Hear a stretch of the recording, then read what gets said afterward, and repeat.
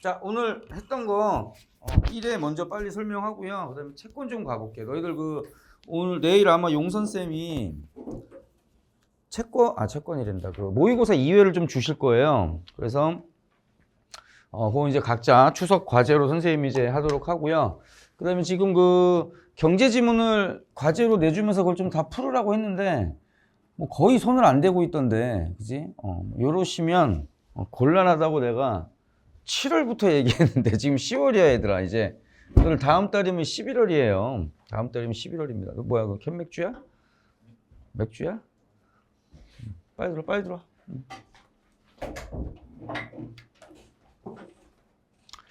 자, 보자. 자, 추석 특강 1회 먼저 볼게. 자, 일단 채점 기준표에 의거해서 지금 이거는 외부에 공개되는 건 아니고요.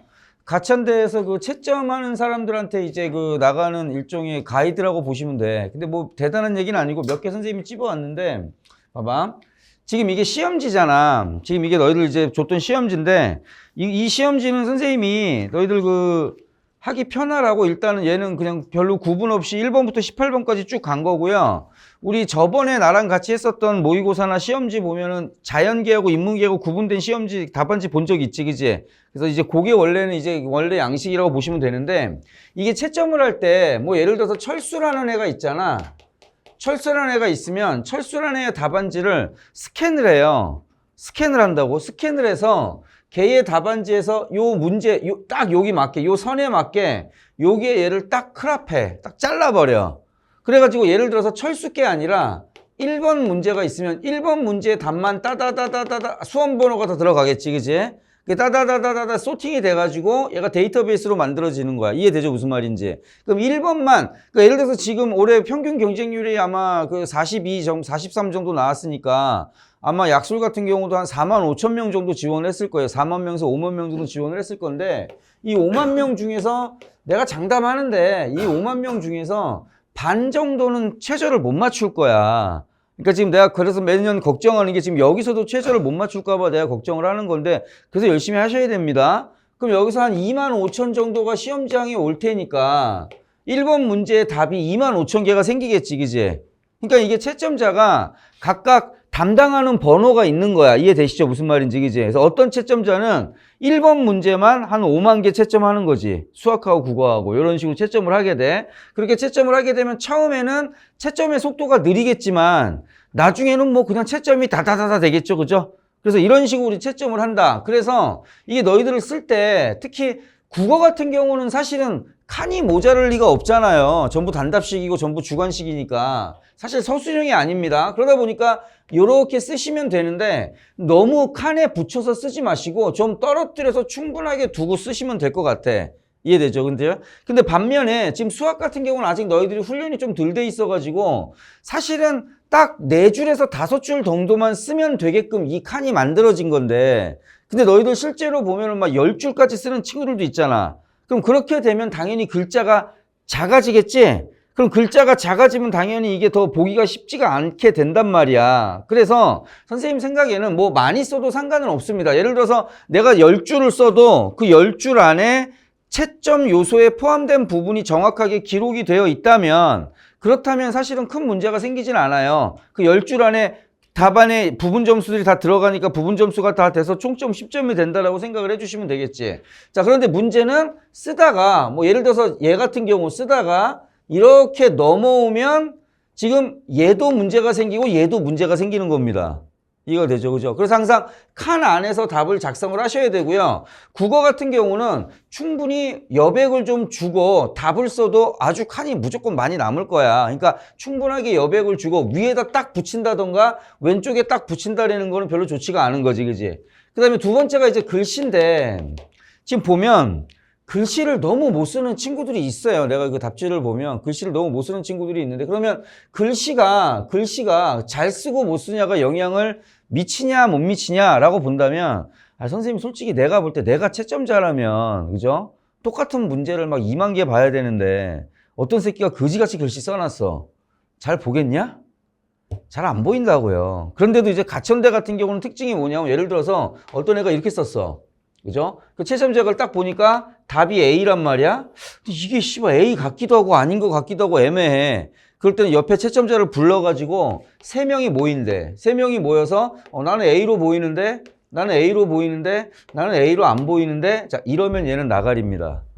그죠? 근데 만약에 3명 다 A로 보인다 그럼 얘는 이제 맞게 해주는 거지. 그지? 이게 이제 작년부터 채점 방식이 바뀐 스타일이라고 생각을 하시면 될 것 같아요. 그래서 가급적이면 또박또박 글씨를 쓰셔야 되고요. 어쨌든 너희들이 샤프는 쓸 수가 없어요.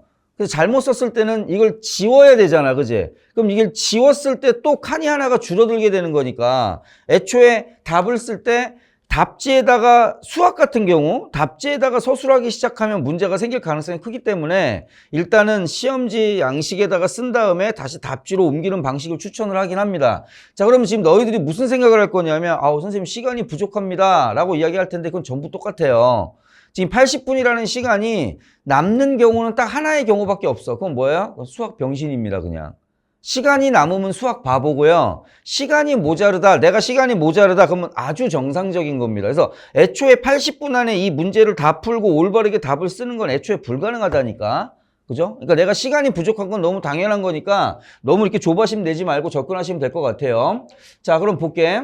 자, 국어 기준으로 좀 이야기해 줄게. 자, 국어 기준으로 이야기하면 답을 쓸 때 봐봐. 예를 들어서 대문항이 있고 소문항이 뭐 1번, 2번, 3번 세 가지를 물어봤다라고 한다면 그럼 이 답지 안에서 원래 정상적으로 쓰면 1번에 뭐, 2번에 뭐, 3번에 뭐 자, 이게 정석이야.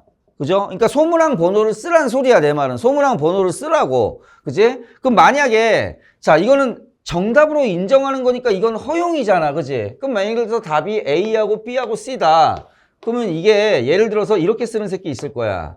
이게 답으로 인정이 됩니다. 답으로 인정이 되고 또는 밑으로 이렇게 내려 쓴 새끼도 있을 겁니다. 이것도 답으로 인정이 되는데 그냥 우리는 그냥 이렇게 쓰는 걸로 고정하자고. 그죠? 문항 번호 쓰고 답 쓰고 문항 번호 쓰고 답 쓰고 이게 무슨 문제가 벌어질 수 있냐면 예를 들어서 나는 1번, 2번, 3번 중에 2번을 몰라. 그럼 내가 답을 A하고 C라고 치면 어떻게 되겠어? 얘만 답으로 인정이 되고 얘는 답으로 인정이 안 돼. 왜? 얘는 2번으로 인식할 거란 말이야. 채점자는. 이해가 되지, 그지? 그리고 항상 문항 번호를 쓰고 답을 차근차근 쓰는 거. 이거 예외적인 상황까지 우리가 그걸 훈련할 이유는 없기 때문에 그냥 원칙을 가지고 이야기하시면 될 것 같아요. 자, 지금 여기서 이게 원칙이야. 우리의 원칙은. 그죠? 소문항 쓰고 밑으로 내려쓰기. 소문항 쓰고 밑으로 내려쓰기. 자, 그다음에 두 번째. 자, 띄어쓰기는 채점 요소가 아니에요. 띄어쓰기는 채점 요소가 아닙니다. 근데 예를 들어서 어절 단위로 쓰라고 했을 때는 채점 요소가 될 수가 있겠는데 뭐 2어절로 써라 3어절로 써라 이런 경우에 문제가 나온 적은 없었기 때문에 찾아 쓰라고 했을 때 예를 들어서 2어절이다 땅이다 근데 얘를 이렇게 붙여 쓰든 띄어 쓰든 찾아 쓰라고 할 때 답이 2어절일 경우 얘를 붙여 쓰든 띄어 쓰든 그거는 채점의 요소가 되지 않는다. 자, 이해되시죠? 그죠? 2어절로 써라, 3어절로 써라 이런 문제는 지금까지는 없었는데 만약에 그렇게 나왔을 때는 당연히 띄어쓰기를 해야 되겠지. 그지? 근데 본문에 있는 걸 찾아 썼더니 2어절이야. 근데 찾아 쓰라고 했어. 그럴 때는 띄어써도 띄어쓰기가 잘 구분되지 않아도 사실은 상관이 없다. 자, 그러면 맞춤법은 어떻게 될까? 자, 예를 들어서 맞춤법은요. 지금 가천대 문제는 애초에 방식이 어떻게 나오냐면 찾아서 써라 이렇게 나오잖아.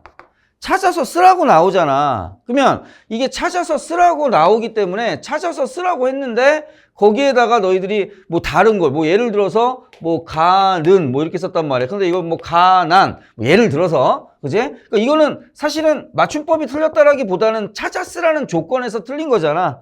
그러니까 찾아 쓰라고 했으면 본문하고 똑같이 써야 되기 때문에 애초에 맞춤법을 보는 게 아니라 똑같이 썼느냐를 보는 거야. 그래서 답의 기준을 볼 때 전부 뭐라고 써 있냐면 정확하게 답을 썼을 경우에만 답으로 인정한다. 이게 모든 문항에 다 들어가 있어. 채점 요소에. 그 말은 결국 뭘 얘기하는 거야? 맞춤법을 본다는 소리가 아니라 똑같이 썼는지가 조건에 들어간다라고 보시면 되겠죠. 자, 그 다음. 자, 예를 들어서 자 1번, 2번, 3번 소문항 3개의 답을 요구했어. 그런데 내가 쭉 읽다 보니까 답은 A, B, C인데 나는 A, B, C, D가 다 답 같아. 그럴 때 이거 4개를 다 쓰면 얘는 부분 점수도 없습니다. 이건 너무 당연한 거잖아. 이해돼요? 무슨 말인지? 3개를 쓰라고 했는데 4개를 쓰면 부분 점수도 없다고. 이해되시죠? 그때는 그냥 전부 다 틀린 걸로 처리가 된다라고 보시면 될 것 같아요. 자, 그래서 3개를 쓰라고 했을 땐 3개를 쓰고, 그 다음에 3개를 쓰라고 했는데 2개밖에 못 쓸 경우에는 이런 식으로 문항번호를 반드시 써줘야 채점자가 혼란스럽지 않겠지, 그지? 그러니까 요행수 바라지 마시고요. 그냥 정석대로 하나씩 써 내려가시면 될 것 같습니다. 자, 요 정도가 이제 그 채점자들한테 부여된 가이드고, 사실 가이드가 너무 간편할 수밖에 없는 게 답이 너무 명확해서 그래요. 이건 인문 논술이 아니잖아. 너희들의 주관적인 판단을 쓸 이유가 없어요. 그냥 전부 다 찾아 쓰라고 했기 때문에 찾아 쓰시면 되는 거야. 자, 볼게.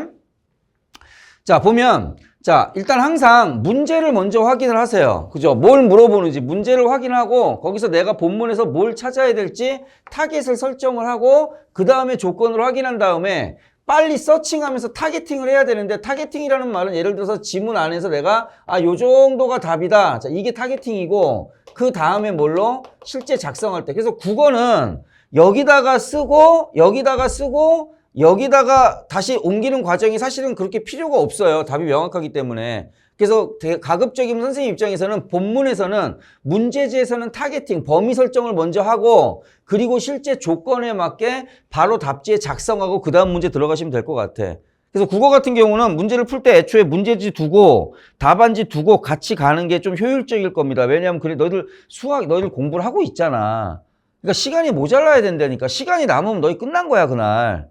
시간이 남으면 그냥 문제 몇 개 버렸다는 소리잖아요. 그러니까 시간이 남으면 끝난 거니까. 그러니까 시간이 부족한 게 정상이기 때문에 국어에서 최대한 좀 시간을 단축시키려면 문제지 놓고 답안지 놓고 문제지에서 타겟팅하고 타겟팅한 부분에서 조건 확인하면서 정확하게 답을 작성하는 게 그게 이제 우선인데, 지금 국민대 빼고 이제 남은 학교들, 서경대가 지나갔기 때문에 국민대 빼고 남은 학교들은 전부 다 선생님이 수업하는 방식, 내가 알려주는 방식대로 진행하면 다 똑같아요, 시험 문제는. 왜냐면 가천대 기준으로 해서 가천대가 영업해서 포섭한 학교들이잖아. 그러니까 당연히 가천대 시험지를 베이스로 깔고 조금 변형했다거나 이런 느낌이기 때문에 그렇게 이제 똑같이 가천대랑 똑같다라고 생각을 하시면 큰 무리는 없을 것 같아요. 자, 그럼 봐봐. 예를 들어서 자, 그림 2에 방사 확률이 특정 거리까지 증가하다가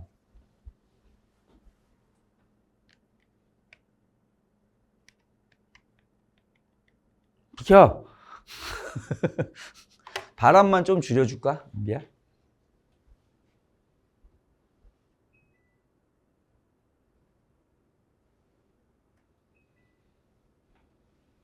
자, 어쨌든 에이씨 확.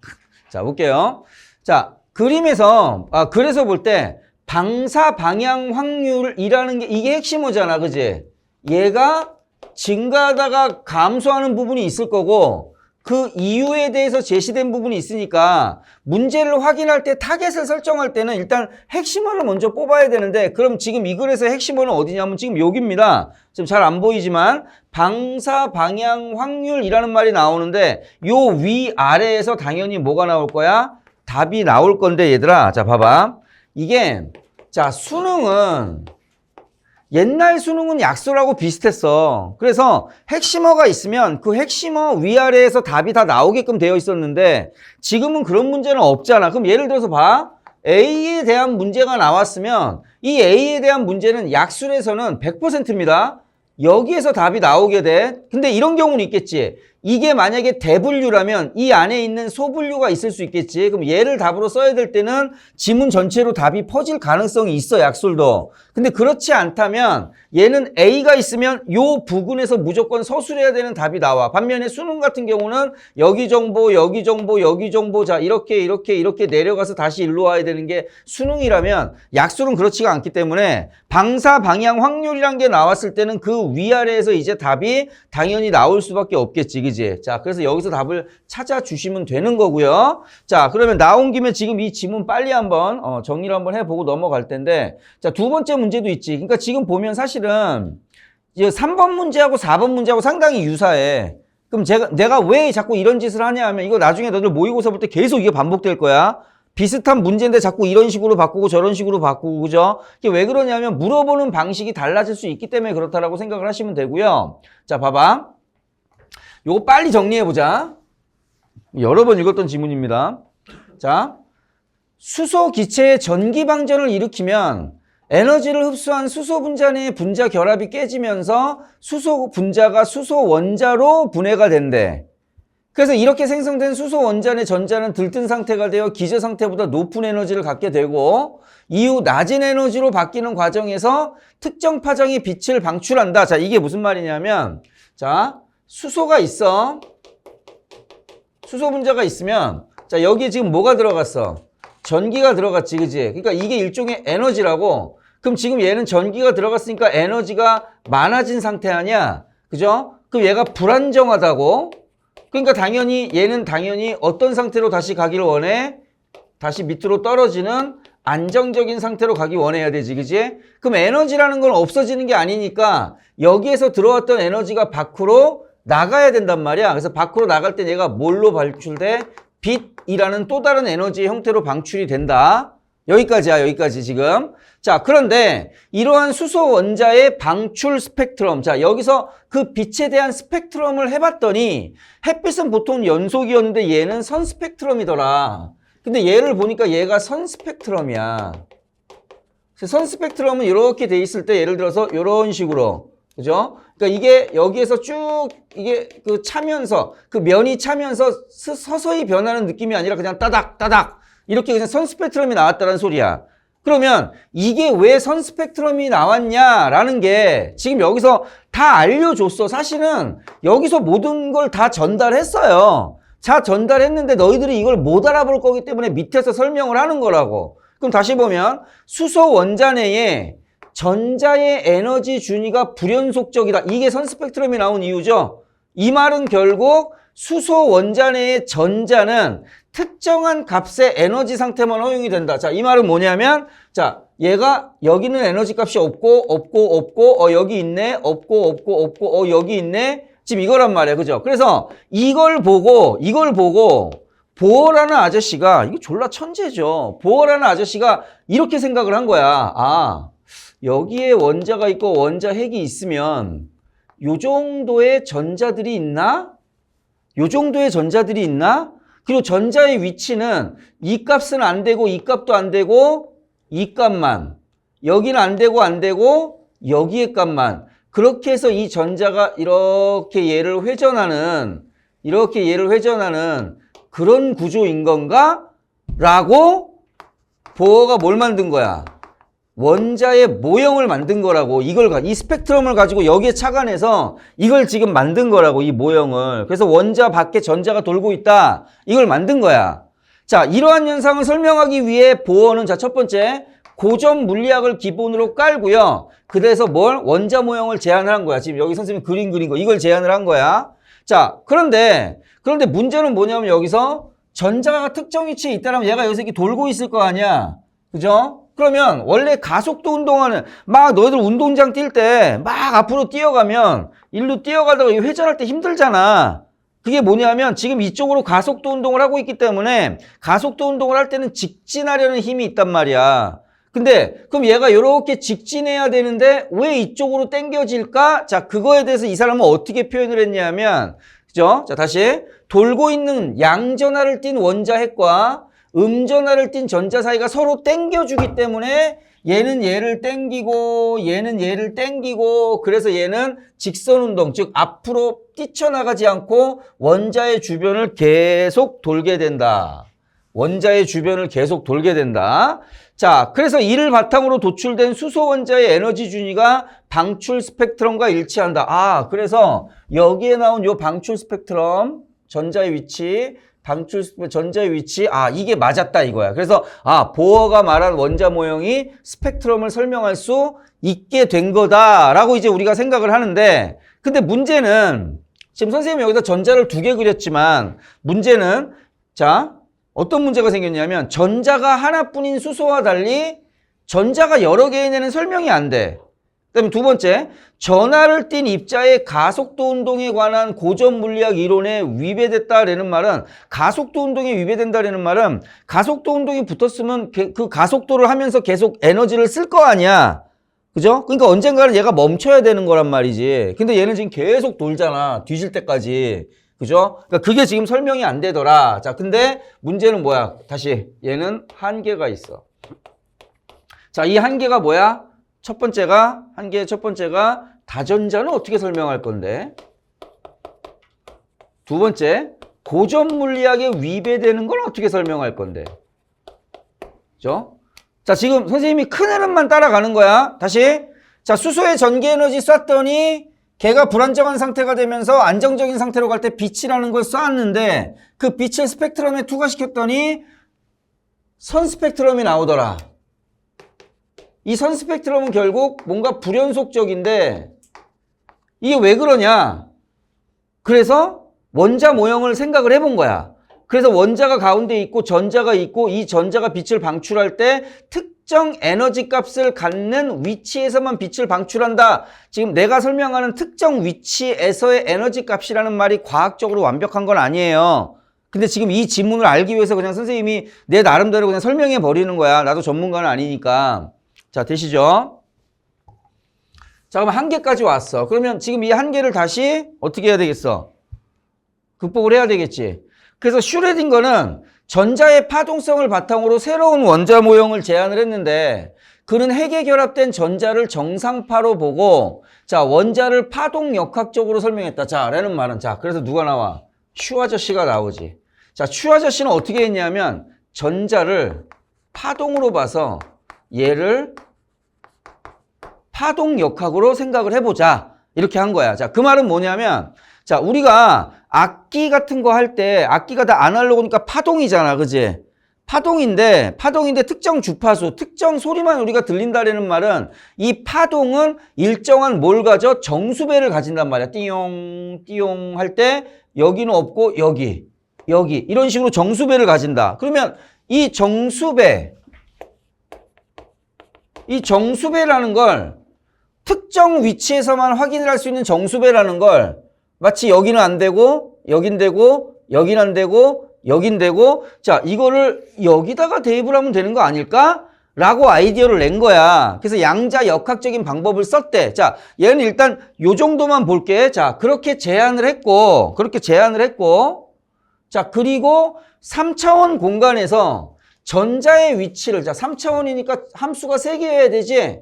좌표를 함수로 수소 원자의 파동 함수를 그려볼 때 하이젠베르크의 불확실성 원리에 따르면 어떤 입자의 위치와 운동량을 동시에 측정하는 건 불가능하므로 자 이거 다 버려 그냥. 자 전자의 위치를 나타내는 좌표를 함수로 나타낼 때 자 그 파동 함수를 통해서 전자의 정확한 움직임과 위치 이건 불가능해. 그런데 그 함수의 제곱값을 내봤더니 얘는 어떤 물리적 의미를 가지는데 그 물리적 의미라는 뭐냐면 전자가 발견될 확률 정도는 알게 되더라. 그죠? 자, 그래서 이 파동 역학으로 봐서 여기서 함수가 나오게 되지. 함수가 나오게 되면 자, 첫 번째 얘의 정확한 위치 이건 알 수가 없어. 이건 알 수가 없지만 전자가 자 정확한 위치라는 말은 어느 정도의 에너지 준이 어느 정도의 위치에 있는지에 대한 거를 정확하게 계산할 수는 없지만 걔가 있는 위치를 확률적으로 표현은 가능하다. 그러면 확률이 높은 곳에 거기에 뭐가 있을 거란 소리지? 전자가 있을 거란 소리가 되는 거네. 그러니까 지금 요거 계산하고 싶은 거야. 지금 요거 계산해서 전자가 어디 있는지 알고 싶은 거란 말이야. 자, 그래서 두 점의 좌표에 따른 파동 함수값을 제곱한 후 그 사이의 비율을 계산하여 얻을 수 있는데 그래서 점 2의 함수값의 제곱에 어쩌고 저쩌고 자 됐고 자 밑으로 내려가 볼게. 자, 그래서 다시 맨 아래 따라서 파동 함수를 제곱하여 그림 위에 A와 같이 전자 확률 분포를 그릴 수가 있는데 이 그림에서 어떤 점의 농도는 그 점에서 전자를 발견할 확률 그러니까 사실은 이게 여기에서 볼 때 예를 들어서 여기가 이렇게 좀 이렇게 있다라는 말은 그죠? 이 함수의 값이 여기에 점으로 분포가 되는 건데 이 점이 밀도가 높은 거야. 그러니까 여기서 음영으로 보인다는 소리고 이쪽으로 멀어질수록 점의 밀도가 흩어지니까 여기서는 음영으로 볼 때 덜 빽빽한 걸로 보이게 된다는 소리지. 그래서 얘를 이렇게 눕혀서 반을 쪼갠 거야. 반을 쪼갰을 때 얘를 눕혀서 반을 쪼갠 거야. 반을 쪼갰을 때 요 지점이 되는 거지. 요 지점이 되는 거고 요게 지금 거리야. 이게 거리지. 자, 그리고 여기서 점의 농도가 더 짙은 거. 그걸 이제 그래프로 나타냈더니 요 지점이 가장 어때?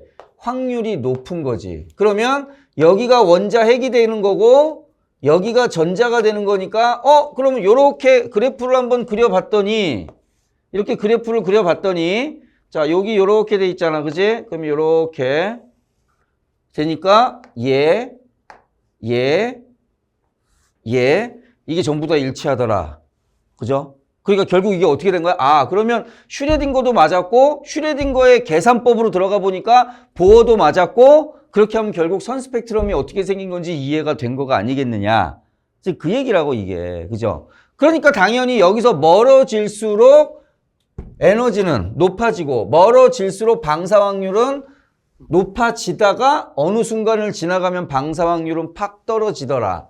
지금 그 얘기로 간 겁니다. 자, 이해되시죠? 자, 그래서 뭐 답을 찾는 거는 어렵지 않아. 그래서 선생님이 계속 얘기했었던 게 글을 알고 있으면 사실 답을 들어가는 거는 어려운 일은 아니라는 걸 계속 내가 강조한 겁니다. 자, 다음 거 볼게. 자, 시를 볼 때 항상 선생님이 얘기했었던 게 그죠? 자, 일단 항상 모든 시는 화자와 상황과 반응이 있고 그 다음에 선생님이 얘기했던 게 가장 중요한 게 상황인데 이게 왜 그러냐면 자, 지금까지의 기출을 보면 현대시에서는 잠시만요. 자, 다들 추워서 덜덜 떨고 있어가지고 자, 볼게. 자, 그래서 현대시에서 나왔던 문제를 지금까지 보면요 100% 자연물 갖고 문제를 내. 100% 자연물을 갖고 문제를 내는데 이 자연물이 얘들아 자연물이 보조관념이잖아. 그죠? 그러면 이 자연물이 의미하는 함축적인 의미가 있겠지. 그게 원관념이잖아. 그럼 너희들 봐봐. 너희들 여태까지 학교에서 시험 문제 낼 때는 보통 이거 주고 이게 무슨 의미니? 이렇게 물어보거나 아니면 수능도 얘는 이렇게 볼 수 있냐? 이걸 이렇게 물어보잖아. 근데 약술에서는 얘가 보기에 나온다고. 그리고 이거에 해당하는 얘를 찾아라. 이렇게 시험 문제 나오는 거야. 그래야지 찾았을 수 있잖아. 약술에서는 너희들 찾았어야 되는 거야. 찾았어야 되는데 얘들아 이 자연물이 바람이라는 게 있어. 이게 뭐니? 이렇게 물어볼 수가 없는 거라고. 이해되죠? 그러니까 야 여기서 화자는 지금 심각한 뭔가 어떤 내적 외적 고난을 겪고 있어. 그 고난을 의미하는 거 찾아봐. 이렇게 물어보는 거지. 그러니까 자연물을 찾아라. 보조관념을 찾아라. 이렇게 물어볼 수밖에 없다라는 거야. 그래서 지금 얘 같은 경우도 시를 보면 봐. 해야 솟아라. 자 이렇게 나오는데 두 번째가 이 자연물에 대한 얘기가 선생님이 말한 형상화고요. 그 다음에 이제 두 번째가 상황을 분석할 때 내가 계속 뭘 보라고 지향성 보라는 말만 지금 한 3,000번 넘게 했을 거예요. 지향성 보라는 말만. 자 그럼 봐. 해야 솟아라 맑게 씻은 얼굴 고운 해야 지금 해가 필요한 거지. 맑게 씻은 얼굴 해야 솟았고 그리고 얘가 뭐 해야 돼? 어둠을 살라 먹어야 된다며. 그죠? 그럼 이걸 지금 머릿속에 이게 떠오르기만 하면 되고 아니면 그냥 외워서 가시면 되잖아요. 자, 아침이 되면 당연히 어둠은 사라지게 되는 거지. 그럼 아침이 되면 어둠은 사라지고 해가 뜨니까 이 해에서 나온 빛 때문에 세상이 밝아지는 거 아니야. 그럼 여기서 해를 원하는 건 부정적인 어둠을 없애기 위한 거고 그럼 여기서 해는 뭔가 긍정적인 거고 얘는 부정적인 거니까 얘를 없애기 위해서 필요한 거잖아. 그러니까 이미지가 서로 대립을 했다라고 본다면 해하고 어둠이라고 보는 게 좋고 그리고 자 두 번째 보면 3년에 가면 고운 해야 네가 오면 나는 청산이 좋아라 훨훨훨 기슬치는 청산이 좋아라. 그럼 여기서 청산이 보인다라는 말은 청산이 훨훨 기슬친다라는 말은 깜깜해서 아무것도 안 보이는 상태였는데 어렴풋하게 산의 모습이 보이기 시작하더니 산 다 보이기 시작하잖아. 이게 마치 이 산의 모습이 산의 줄기가 점점 드러나는 게 이걸 이제 뭘로 표현한 거야? 새가 날개를 쫙 펴는 그죠? 그런 느낌으로 지금 표현을 한 거잖아. 그지? 자 그러면 만약에 지금 보면은 봐. 청산은 A에서의 이런 이미지가 완전히 벗어났다라고 하는데 이걸 지금 너희들이 이제 묻는데 그 묻는 이유가 선생님 그럼 여기선 어둠이고 얘가 해인데 근데 여기서 달밤도 결국은 어둠 때문에 생긴 거가 아닐까요? 그지? 라고 이야기할 수 있잖아. 그죠? 그러니까 이런 경우 같은 경우는 사실은 중복답은 사실 거의 없지만 선생님이 문제를 만들 때 조금 내가 실수한 거라서 지금 어둠도 되고 달밤도 될 것 같습니다. 그죠? 왜냐면 지금 여기서 1년하고 2년을 보라고 했으니까 해, 어둠 또는 달밤도 추가할 수 있을 것 같고요. 자, 그럼 당연히 여기서 어둠을 썼으면 여기도 어둠을 써야 되고 여기서 달밤을 썼으면 여기도 달밤을 써야 되겠지. 그렇게 찾았다라면 그죠? 뭐 어쨌든 뭐 섞여도 상관은 없을 것 같아요. 자, 이렇게 이제 문학은 접근이 되었고 자, 이렇게 문학은 접근이 되었고 자, 내려가 볼게. 자, 그리고 이제 강자와 약자가 공존하는 건 지금 여기서 볼 때 사슴하고 칙범은 사실은 약육강식의 시대에서 서로 같이 머무를 수는 없는 거잖아요. 근데 두 개가 같이 살고 있었으니까 이제 그렇게 찾아주시면 된다. 요 정도 느낌의 문제. 그래서 문학 같은 경우는 요 정도인데 지금 아까 봤듯이 지금 얘 같은 경우는 사실은 이제 아까 말했듯이 어둠하고 달밤이 이게 구분이 돼야 된다라면 이걸 구분되는 조건을 분명히 줄 거란 말이야. 그런 조건을 너희들이 잘 찾으셔야 되고 그런 조건이 있었을 때 그걸 못 찾으니까 너희들이 어떻게 국어에서 특히 문학에서 좀 더 어렵다라고 생각을 하게 될 수밖에 없는 거죠. 자, 내려가 볼게. 자, 이 장마감 지금 선생님이 아주 수십 번 강조한 작품인데 일단은 어린 서술자가 나오고요. 어린 서술자. 그래서 이 어린 서술자가 나왔을 때 여기서 이제 객관성하고 비극성이 고조가 되는 건데 이게 왜 그러냐면 객관성이 확보된다라는 건데 자 1인칭은 내가 계속 얘기했던 게 관찰하고 판단한다.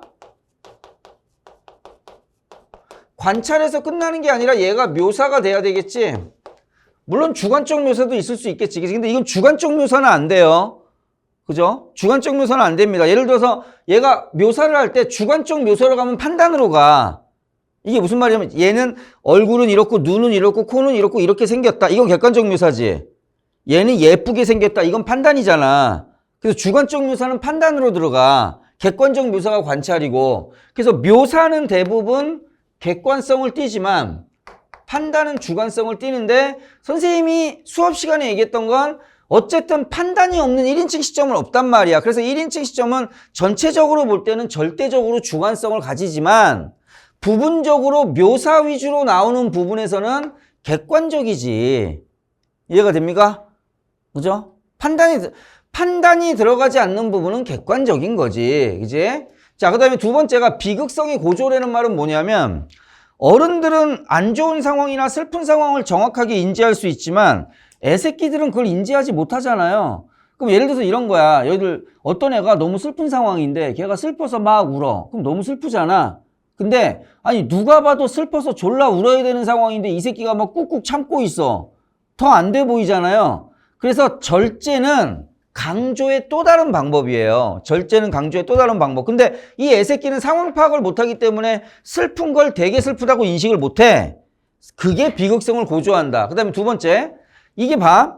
특히 이 2번은 사랑방 손님과 어머니하고 상당히 비교되는 건데 지금 장마는 현재의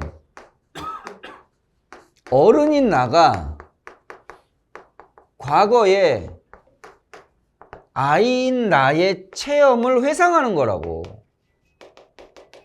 체험을 회상하는 거라고. 왜? 체험을 이해되십니까? 반면에 우리 사랑 손님과 어머니 있지, 그지? 걔는 이게 아니야. 이해되세요? 그죠? 요 차이가 있는 거야. 그러니까 이게 어떤 느낌이 나오냐면 이게 상황을 판단하고 분석하는 게 없을 리가 없다고. 예를 들어 6살짜리 애가 뭐 아유 나는 어쩔 수 없는 어린애였다. 아 이게 6살짜리 애가 할 수 있는 말이에요? 아니잖아. 그거는 현재 어른인 내가 아니 나는 진짜 병신 같은 애새끼였어. 이걸 회상하는 거잖아. 그지? 그래서 요거 구분 잘 하셔야 되고 그다음에 세 번째 당연히 요약 제시를 하면 진술 속도, 완급 조절, 긴장감 조절 이게 가능하지. 자, 직접 제시는 서술자가 모든 걸 다 말해주기 때문에 속도가, 진술의 속도가 빠르죠. 간접 제시는 전부 다 설명이 아니라 전부 다 묘사해줘야 되기 때문에 얘는 속도가 느리잖아. 그래서 직접 제시와 간접 제시를 하게 되면 서사 전개의 완급이 적절하게 조절된다. 서사 전개의 완급이 적절하게 조절된다. 자, 이렇게 이제 보시면 되고. 자, 그리고 내가 이거 정말 그 장마는요, 장마 나올 거라니까. 지금 너희들이 쓰는 학교 중에서 하나 정도는 나올 거야. 어떤 시험지는 뭐 따라 다를 수 있겠지만 쓴 시험지에서, 쓴 학교에서 하나 이상은 무조건 나올 거라고 선생님 아주 그냥 장담합니다. 장담해요. 자, 내려가 볼게. 그래서 여기서 기억나는 게, 우리가 이제 이거를 볼 때 지금 여기서 봐. 1인칭 관찰자 시점은 소설의 이야기에 등장하는 부차적 인물이 주동인물의 이야기를 서술하는 건데, 이거 기억나지? 나라는 입장에서 본 주동인물의 이야기가 소설에서 펼쳐지기 때문에 이야기의 내용은 나의 눈에 비친 외부 세계야. 그래서 1인칭 관찰자 시점은 서술 시점의 주관성과 관찰 대상에 대한 서술 시점의 주관성이니까 이건 뭐예요? 판단이 개입된 거지. 여기는 관찰의 결과 묘사로 집중하는 거잖아. 그지? 그러니까 당연히 답을 찾을 때는 봐봐. 지금 봐. A하고 B에서 찾으라고 했잖아. 그럼 A를 보면 혼잣말을 남기면서 떠났다. 구겨진 무명치맛자락을 소리 없이 끌면서 바라보았다. 원래는 사실은 원래는 여기까지 들어가야지 맞는 거죠. 그죠? 그렇게 하면 여기는 묘사가 나오니까 객관성이 부각이 됐고, 지금 봐. 불쌍한 사람이라는 것 자체가 일단 판단 아니야. 그죠? 그리고 누가 그렇다? 외삼촌이 불쌍하다. 나도 불쌍하다. 라고 이야기했잖아. 그지? 그러니까 이 부분에서는 지금 주관적인 거. 그지? 자, 그런데 지금 보면은, 봐봐. 아까 내가 이거 볼 때 얘들아, 이거 아이의 시점으로 판단한 거하고 어른의 시점으로 판단한 거, 이거 구분이 되면 좋을 것 같아. 요것도. 그럼 예를 들어서 봐봐. 여기서 자기 자신을 불쌍한 처지에 있다라고 생각을 하고 있는데, 근데 사실 오른쪽 보니까 형사한테서 양과자를 얻어먹은 사건 이후 나는 근, 달, 소수관이나 줄곧 눈안에만 처박혀서 근신하면서 근신할 것을 명령한 아버지와 용서할 권한을 가진 할머니의 눈치를 살피는 신세였다라고 나오는데, 근데 사실 이거는 얘가 어떤 잘못을 한 거냐면, 지금 할머니 아들이 빨치산이잖아. 그래서 형사가 와서 캐 묻고 다닌단 말이야. 근데 얘가 성사가 와서 얘한테 과자를 줘. 과자를 주면서 야, 너 삼촌 본 적 있냐? 했더니 우리 삼촌 뭐 어쩌고 저쩌고 얘가 얘기를 한 거야. 그러니까 할머니 입장에서는 어떻겠어?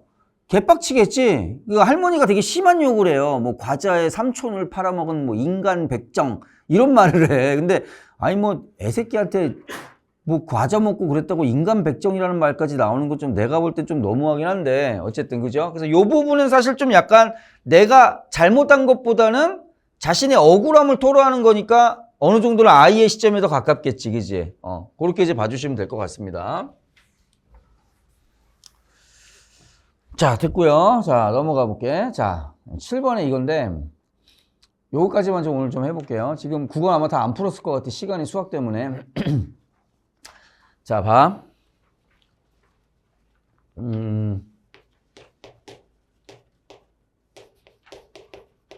그냥 무조건 나오는 걸 보자.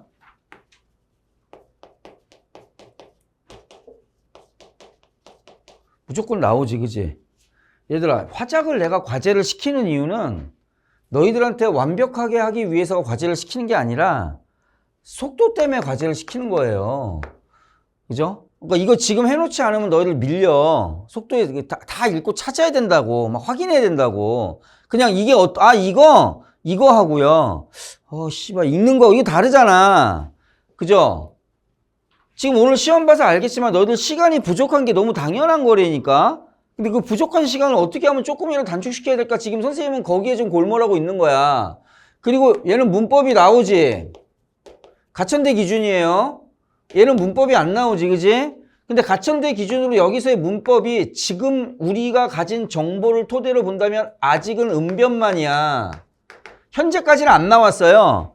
나오면 은변만인데, 그죠? 만약에 여기서 뭔가 좀 변화가 생긴다면 걱정하지 마. 만약에 여기서 변화 생기면 우리나라에서 내가 가장 제일 먼저 아는 사람 중에 한 명일 거니까, 그죠? 그건 내가 그 전에 다 알려줄 거야. 그러니까 그냥 요 상태대로 가시면 되고요. 대신에 은변은 이 정도 수준이라니까. 이거 지금 선생님 큰애가 지금 중학생인데 걔 교과서에 나오는 게 이런 거야.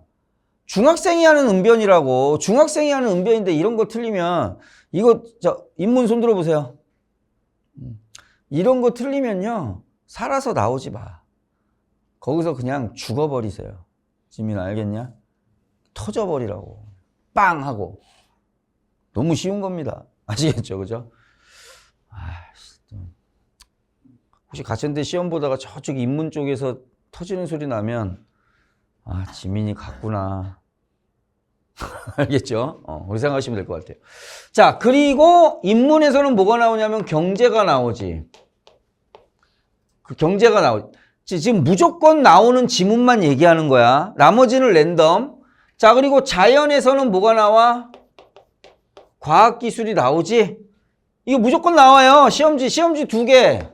시험지 4개. 이거 무조건 나오고 이거 무조건 나온다고. 그리고 자연에서 3분의 1의 경우로 경제, 4분의 3의 확률로 사회지문 안에서 나와. 이해되십니까? 그죠? 요렇게 보시면 돼요. 요렇게. 그리고 나머지 얘는 경제에서 2개를 다 썼잖아. 그러니까 인문 쪽에서는 사회지문이 잘 안 나오지. 대신에 과학기술이 2분의 1 확률로 나옵니다. 나머지는 랜덤. 요거 무조건 나오는 거 지금 찝어줬는데도 지금, 자, 지금 이제부터 너희들 지금 10월이야. 내가 추석 때 되면 공부 안 할 거라고 다시 얘기했잖아. 그지? 그래서 지금 너희들 추석 때 이거 안 잡으면 또 정신 차리면 또 10월 중순이라고요. 그럼 수능 한 달이야. 그럼 수능 한 달인데 지금 남은 게 2달도 채 안 되는데 지금도 과제를 안 하시면 문제가 정말 이건 뭐 되돌릴 수가 없는 상황이 되는 거고요. 그 남은 기간의 과제는 선생님이 영역별로 중요한 작품만 모아서 지문을 다시 낼 거란 말이야, 과제를. 그래서 경제 지문 빨리 해결하시고 아마 오늘이나 내일쯤에 과제가 올라갈 테니까 거기에 맞게 좀 준비를 하시면 될 것 같아요. 자, 이해되시죠? 잠시만 선생님이 그 강의 페이퍼 하나만 올릴게요. 자, 경제 지문 중에서 좀 중요한 애들을 오늘 수업을 다 채권 요거 하나만 하는데도 아마 30분 이상 걸릴 거라서 선생님이 영상으로 올려줄 거야. 추석 때 영상 보고 공부하세요. 이게 지금 아마 내일 보는 모의고사에 문제가 나갈 건데 내일 내가 낚는 문제로 만들었거든요. 그럼 내일 나오는 채권 문제는 사실은 지문하고 상관없는 문제여가지고 근데 아마 너희들이 100% 낚일 거예요. 그거 선생님이 다시 영상으로 다시 줄 거고. 자, 보자. 일단은 지금 우리가 몇 개를 좀 설명을 하고 좀 들어갈게. 자, 지금 이 글을 볼 때 너희들이 계속 헷갈리는 게 뭐냐면 봐봐. 시중금리가 그냥 시장의 전반적인 금리예요. 그죠? 뭐 예를 들어서 뭐 대출에 대한 금리, 뭐에 대한 금리, 그럼 이게 어느 정도의 평균적인 금리가 있겠지? 그죠? 예를 들면 뭐 집 살 때 평균적인 금리, 차 살 때 평균적인 금리, 뭐 한 5%, 차 살 때 지금 한 5%에서 7% 정도, 5% 정도 하는 것 같고, 그죠? 집 살 때는 집을 담보로 넣으니까 한 3%, 2% 정도 되는 것 같고, 뭐 요 정도의 어떤 그 시중 금리가 있는데, 사실은 봐봐. 시중 금리에 따라서 채권의 금리가 당연히 연동되지, 얘들아. 자, 이게 잘 생각을 해봐. 이게 무슨 말이냐면 내가 시중금리가 예를 들어서 한 5% 정도야. 그지? 근데 채권금리가 10%가 될 리가 있겠니? 그럴 리가 없잖아. 얘가 5%라면 얘도 5% 언저리라고. 만약에 얘가 현재 10% 정도의 금리를 가지는 상품으로 거래가 되고 있다면, 자, 확정금리가 아니에요. 10% 정도의 이득을 얻을 수 있는 금리로 거래가 되고 있다라면 얘는 금리는 내려가겠지. 여기에 맞게. 지금 그것만 이해하면 거의 끝나는 거야. 지금 내가 말한 거 다시. 시중금리가 5%인데 이 채권의 금리가 확정금리가 아니야. 지금 오늘 우리는 할인채 얘기하는 거라고. 확정금리가 아니야. 확정금리가 아니야. 그럼 봐. 할인채는 이익이 어디서 나냐면, 자, 일단 요거 먼저 설명해 볼게. 할인채는 뭐냐면, 액면가를 가지고 있어. 1억이야. 그럼 얘는 1억짜리지? 자, 듣고 있냐? 1억짜리죠? 근데 얘가 발행돼서 거래될 때는 9천에 판매를 하는 거야. 얘는 얼마짜리야? 1억짜리지? 그죠? 1억짜리지? 근데 얘를 9천에 할인해서 파는 거라고. 그럼 여기에서 수익이 발생하는 건 내가 9천에 사서, 자, 이게 만기가 1년이야. 1년을 기다리면 나는 얼마를 받아? 1억을 받는 거지? 1천의 수익이 나는 거라고. 1천의 수익이 나는 거야. 자, 이해되죠? 1천의 수익. 자, 1억짜리인데. 자, 그러면 액면가는 바뀌니 안 바뀌니? 액면가는 안 바뀌어. 액면가는 안 바뀐다고. 액면가는 가만히 있는 거. 야, 얘들아. 자, 나이키 신발 15만 원에 나왔어. 조던이. 15만 원에 나왔는데 얘가 리셀가에서 30만 원에 거래되고 있어. 30만 원에 거래되지만 얘는 원래 얼마짜리야? 이건 안 바뀌잖아. 근데 이듬해 생산량을 늘려서 재고가 졸라 남았어. 고금 갔더니 12만 원이야. 원래 얘는 얼마짜리야? 15만 원짜리잖아. 이해돼요? 액면가가 원래 얘 가격이라고. 근데 얘를 오늘은 9천에 넘길 테니까 대신 1년 있으면 너한테 1억을 줄게. 그럼 나는 1,000만 원 버는 거잖아. 그래서 얘가 수익이 나는 건 만기까지 기다렸을 때 액면가를 받으면 수익이 나고, 두 번째, 얘가 만기가 되기 전에 내가 뭘 할 수 있어? 거래를 할 수 있다고. 그럼 나는 지금 얼마에 샀어? 9천에 샀지? 근데 내가 예를 들어서 얘를 9,500에 팔았어. 그럼 나는 얼마 먹는 거야? 500 먹는 거잖아. 그래서 할인채가 수익을 주는 건 만기가 됐을 때 액면가를 받으면 수익이 생기거나 만기가 되기 이전에 거래를 했을 땐 그 차액으로 내가 이득을 본다. 그러니까 지금 여기에서 발행가가 9천인데 얘는 지금 9,500으로 오르거나 내리거나 지금 이게 가격이 변동된다고. 그럼 봐. 가격이 변동될 때 봐. 액면가. 얘는 원래 1억짜리잖아. 만기 되면 1억 준다는 증서잖아요. 그죠? 그럼 얘는 오늘 며칠이야? 10월 4일부터 내년 10월 3일까지가 만기겠지? 오늘 발행했으면. 그러면 이날 나는 얼마를 받을 수 있는 거야? 1억을 받을 수 있는 거지? 그럼 내가 오늘 얼마에 샀던지 간에 1억보다는 낫겠지. 아이 씨발 1년 있다 1억짜리 채권을 누가 1억에 사. 그잖아. 아니 그리고 회사는 무조건 1억을 보증하는 이거 1억짜리 채권인데 1억 1천 주시면 안 돼요? 뭐 거짓입니까? 안 주지. 얘는 아무리 가격이 올라가봤자 아무리 거래 가격이 올라가봤자 1억을 넘을 수 있어 없어? 1억을 넘을 수가 없지. 이해되죠? 1억을 넘을 수가 없지. 그지? 그러면 얘가 만약에 9천이야? 1억의 현재 가치가 9천인 거지. 오케이? 1억의 현재 가치가 9천인 거지. 이거 할인율 계산하는 거 수학 시간에 배우잖아요. 할인율 계산하는 거, 복리 계산하는 거 다 배우잖아. 그래서 1억의 현재 가치가 9천이지만 얘는 1년이 지나면 10월 3일에 가까워지면 가까워질수록 어디에 수렴해? 1억에 수렴하지. 그리고 10월 3일이 딱 되면 얘는 얼마야? 그냥 1억 고정이잖아. 아니, 야, 1년 만기인데 한 달 남았어. 다음 달에 1억 받을 수 있는 채권이야. 그거 1억에 사겠니? 몇천 원이라도 낮아야 이득을 보는 거 아니야. 그치? 지금 그 얘기 하는 거야. 그 얘기. 그럼 다시 봐. 채권의 금리는 시중금리에 같이 움직인단 말이야. 그러면 시중금리가 만약에 5%인데 현재 얘가 10%의 금리. 똑같은 말이야. 수익률을 가지고 있다라는 말은 가격이 지금 오른 걸까 떨어진 걸까? 거래 가격이. 자, 다시. 시중금리가 5%대인데 지금 현재 이 채권의 수익률, 즉 금리가 10% 정도래. 그럼 얘는 현재 채권 가격이 오른 걸까 떨어진 걸까? 자, 1억짜리잖아. 1억짜리잖아? 그러면 내가 얘를 9천에 사면 얼마 이득을 벌어? 1,000을 벌지. 8천에 살면 얼마를 벌어? 1억에 대해서 1천 버는 게 더 이득이야? 2천 버는 게 이득이야? 2천 버는 게 이득인 거지? 그러면 얘가 수익률이 더 높은 거잖아. 그지? 그러면 얘는 거래 가격은 떨어지면 떨어질수록 거래 가격과 액면가의 차이가 커지니까 수익률은 높아지겠네. 가장 중요한 핵심은 이거야. 채권 가격하고 채권 가격하고 그 채권의 금리. 이 채권의 금리가 수익률이야? 할인율이겠지?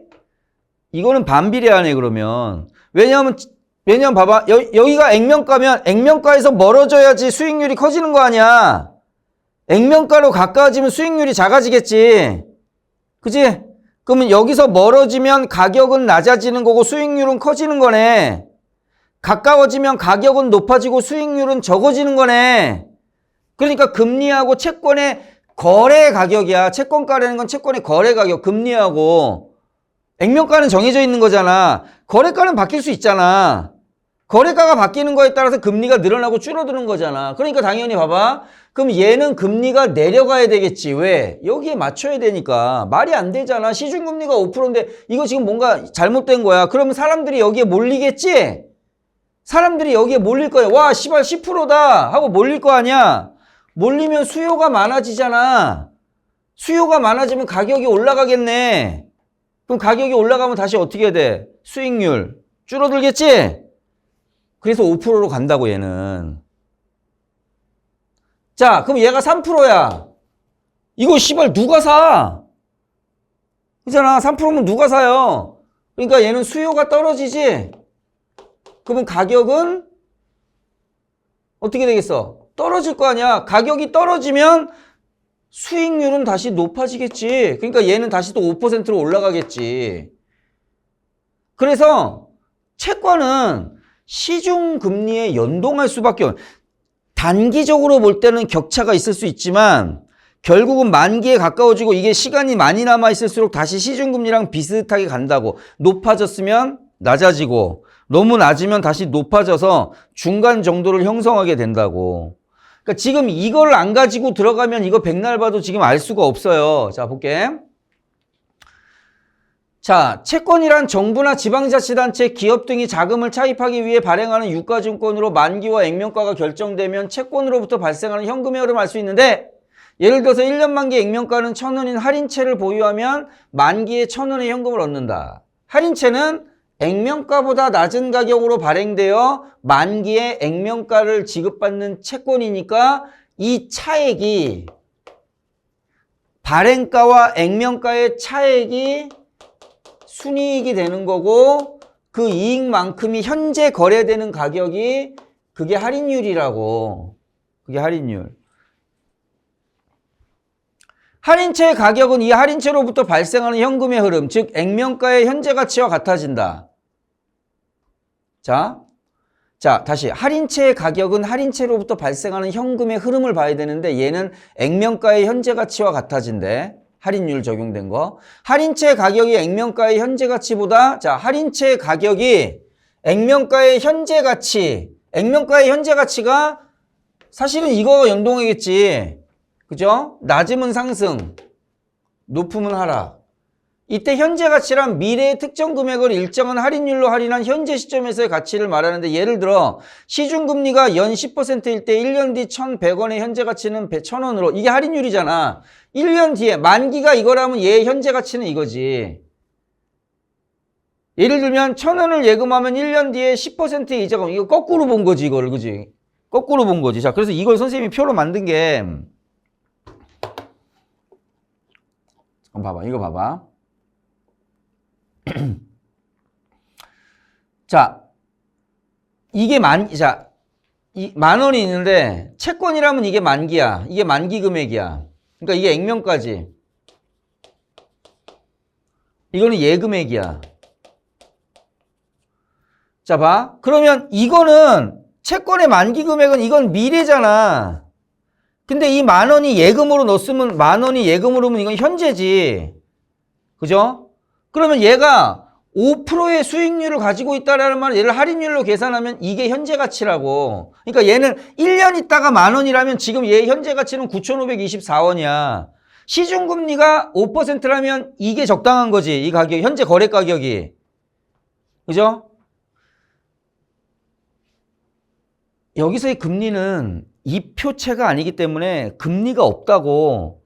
그냥 할인된 가격에서 그 가격이 높아지면 수익률이 낮아지는 거고 가격이 낮아지면 수익률이 이건 이해가 되시죠?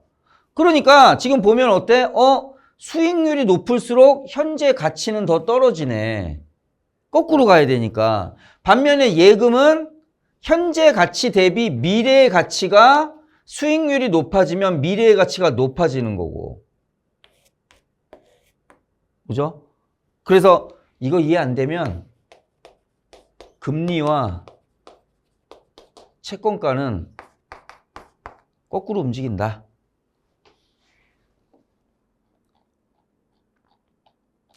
자, 계속.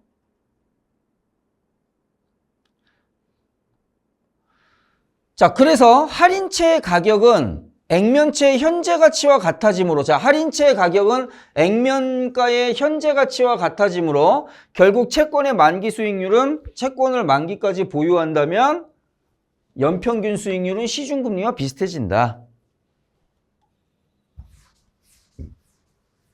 지금 이게 이표채가 아니라 할인채 얘기하는 거예요. 자, 이게 무슨 말이냐? 자, 봐. 액면가 1,000원이고 만기가 1년이야. 자, 왼쪽.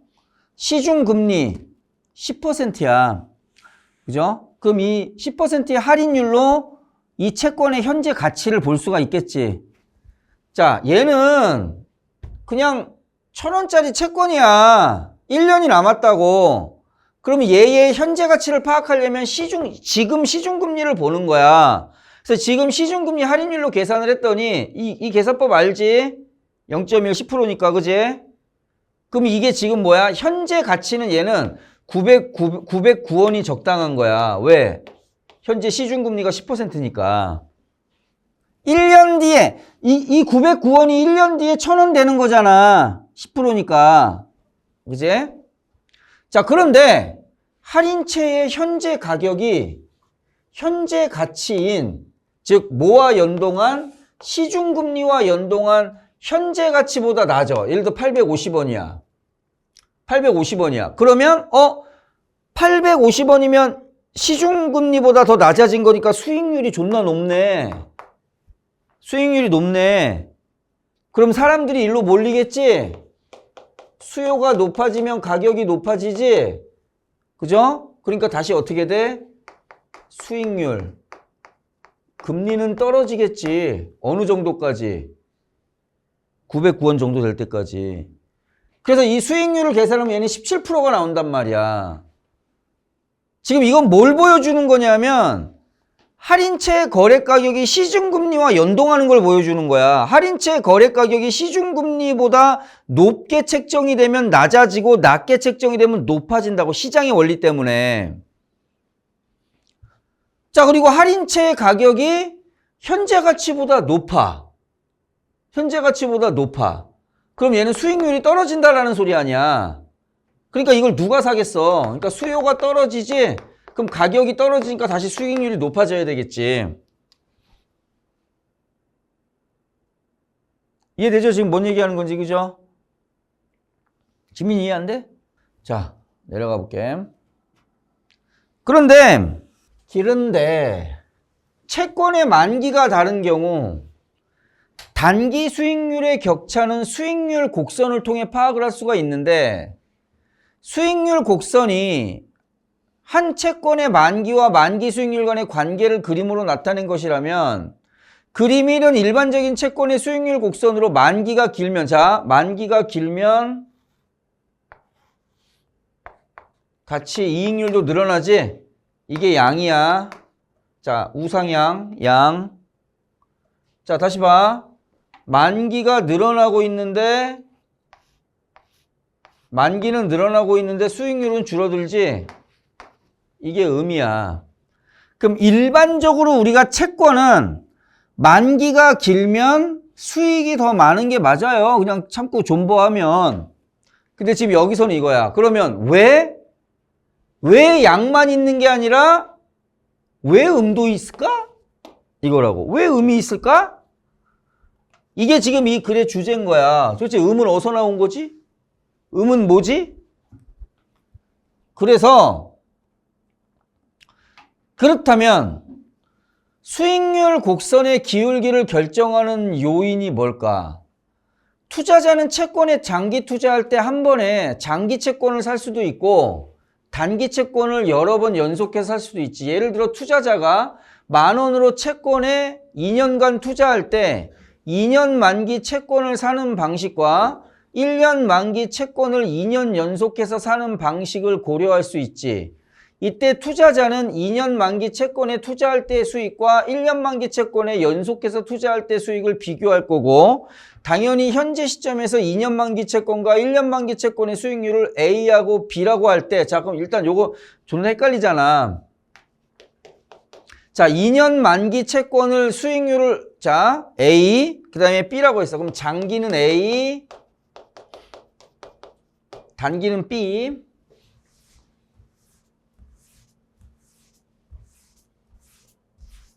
그럼 얘는 봐봐.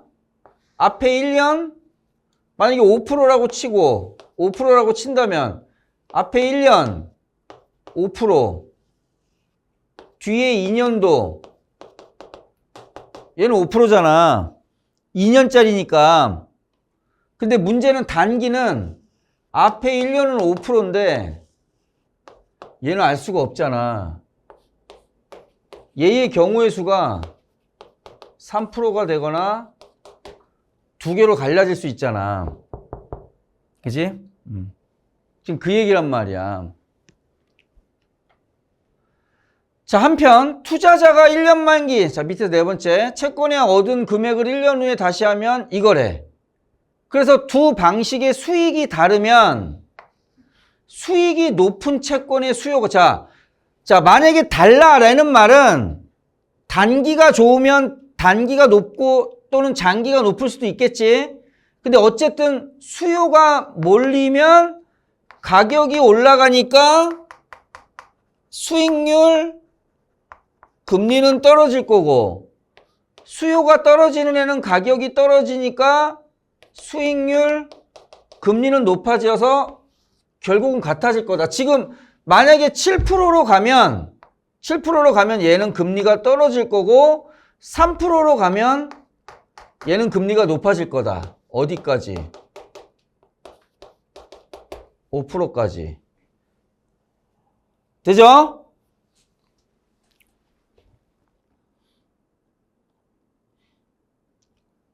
다시. 이거 지금 이해 안 돼도 괜찮아. 선생님 밑에서 어떻게 외워야 될지 알려줄 거니까 문제는 풀 수 있을 거야. 이해 안 돼도 괜찮아요. 뭐 이거 이해 안 된다고 뭐 논술, 이거 지금 수능도 아니고 논술에서 이거 이해 안 된다고 문제 못 풀고 이런 건 없어. 그냥 왜냐면 지문 안에서 나와 있는 문제 갖고 할 거니까. 그리고 요거는 선생님이 오늘 시간이 조금 애매해가지고 뒤에 다 못 할 건데 뒤에 다시 촬영을 할 거야. 이거하고 경제 몇 지문 촬영을 할 거예요. 그건 선생님이 2, 3일 안에 보내줄 거야. 다시 다 보시면 되고 경제 지문 다 풀어보셔야 됩니다. 지금 파이널 시작된 거예요. 여기 파이널이야, 지금. 파이널에서 지금 지나간 지문들 다시 정리하고 있잖아. 자, 얘는 장기지. 자, 이게 5%야. 얘는 단기. 얘는 2년이고 얘는 1년 곱하기 2번이지. 그럼 얘가 5%인데 문제는 얘가 7%가 될 수도 있고 3%가 될 수도 있잖아. 그지? 자, 다시. 2년짜리는 오늘 계약하면 2년치를 계약한 거잖아. 그러니까 오늘 금리가 2년 후까지 가는 거겠지. 근데 내가 1년을 2번 한단 말이야. 그럼 내가 오늘 5%에 계약하면 1년 있다 계약이 끝나고 그때 계약을 다시 해야 되잖아. 그때 5%가 될지 3%가 될지 모르기 때문에 오늘 내가 결정을 해야 된다면 오늘 내가 2년짜리 듣는 게 유리하냐 1년짜리 2번 듣는 지금 그걸 오늘 결정해야 되기 때문에 문제가 생기는 거야. 그죠? 오늘 내가 2년짜리 쭉 안정적으로 갈까? 1년만 타고 2년 있다가 1년 후에 금리가 그러니까 1년 있다 금리가 오를 건지 내릴 건지 내가 오늘 머리를 존나 써야 된다고. 여러 가지를 보면서. 그럼 경우의 수는 두 개잖아. 금리가 올라가거나 내려가거나, 그지? 근데 문제는 장기적으로 볼 때는 현재는 수익률의 차이가 있어도 장기적으로 볼 때는 올라간 애는 내려오고 내려간 애는 올라가기 때문에 비슷해진단 말이야. 뭐에? 시중금리에. 지금 그 얘기를 하는 거야. 그 얘기를 하고 있는 거야.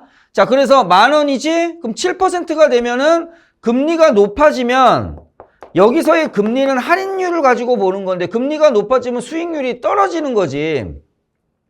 그죠? 그러니까 가격은 내려가야지.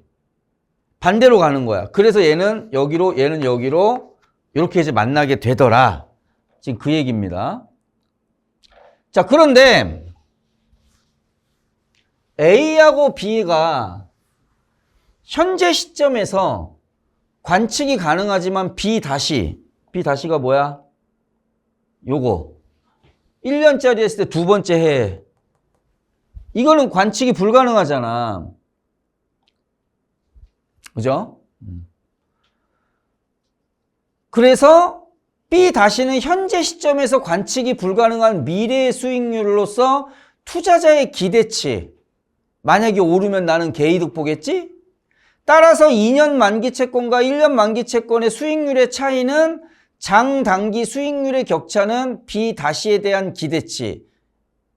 1년짜리 두 번 했을 때 2년 차의 금리가 어떻게 됐을 거에 대한 기대치에 의존한다. 자, 그런데 자 밑으로 내려가 볼게. 봐봐. 그런데 봐봐. 지금 이거 이해가 안 되는 사람은 일단 이거 암기해야 되는데 이거 암기해도 내일 내가 낸 문제는 안 풀릴 거야. 그 이유는 내가 다음 주에 알려줄 거야. 내일 거는 안 풀릴 거야. 그 다음 주에 알려줄게. 일단 이거 자 봐. 현재의 가치보다 금리가 올라갈 거라는 소리지. 금리가 올라갈 거라는 소리지. 그죠? 그러면 A가 B보다는 커져야 되지. 왜냐하면 균형이 맞아야 되니까. 그러면 이 말은 뭐냐면 A가 B보다 현재 크다라는 소리가 아니라 A가 더 올라가야 된다는 소리야. 장기가 B보다는. 그지? 자, 그럼 다시 이게 무슨 말이냐면 현재 B, 자 1년짜리 곱하기 2번 하는 A가 1년차 때보다 2년차 때가 더 금리가 높아질 거라고 만약에 예상을 하고 1년차짜리를 산다라는 말은 그렇게 되면 장기 금리는 적어도 얘보다는 높아질 거란 말이야. 하지만 얘에 근접할지는 알 수는 없는 거지, 그지? 그러니까 A는 장기 채권은 양의 기울기 높아질 거란 소리지. 자, 다시 1년짜리 채권의 현재 금리보다 2년차 금리가 높아질 거라고 예상하면 장기 채권의 금리도 같이 높아져야 되지? 자, 왜냐하면 장기는 한 번에 계약한 거지만 얘의 거래가도 있기 때문에 얘의 거래가는 얘를 따라간다고. 그러니까 만약에 얘가 이렇게 높아졌으면 얘도 적어도 이 수준까지 따라 높아져야 되는 거야. 그러니까 이건 지금 뭐냐면 미래에 대한 예측이야. 근데 내일 선생님이 문제 낸 건 현재 금리가 올랐다라는 전제로 문제를 낸 거야. 헷갈리게 하려고. 이건 미래에 대한 예측이라고. 미래에 대한 예측. 그치? 그러니까 요것만 기억해. 자, 이 말은 뭐냐면 미래에 금리가 상승한다.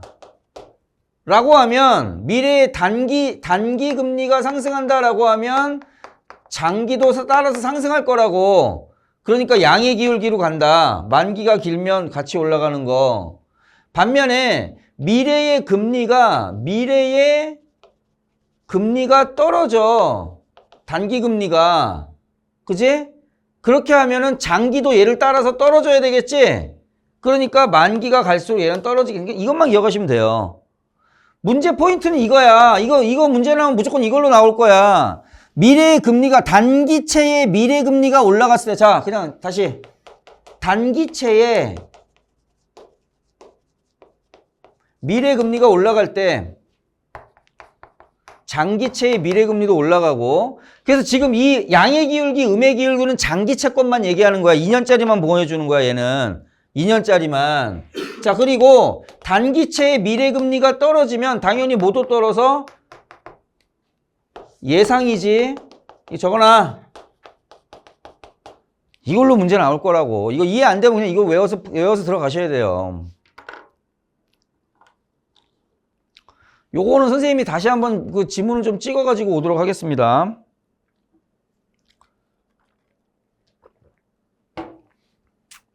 자, 이거. 그래서 이제 여기에서 조금 더 이제 진행된 게 그 밑에 선생님이 다시 정리해놨어, 요거. 호황 예상이다. 금리 상승한다. 채권가 하락한다. 그지? 요거 연동해서 같이 보시면 됩니다. 요거 연동해서 같이 보시면 되고. 자, 봐봐. 지금 이 표를 어느 정도 네가 정리해서 외워놨을 때, 여기 있지, 그지? 요 3번 있지, 3번. 3번만 풀리면 끝이야. 3번만 풀리면 끝이야. 그러면 이거 만약에 시험 문제 나오면 3번과 연동해서 나올 거거든? 그죠? 3번만 연동되면 끝이야. 요건 선생님이 다시 촬영해서 보내주도록 할게요. 내일 모레까지. 자, 오늘 진도는 일단 여기까지 하겠습니다.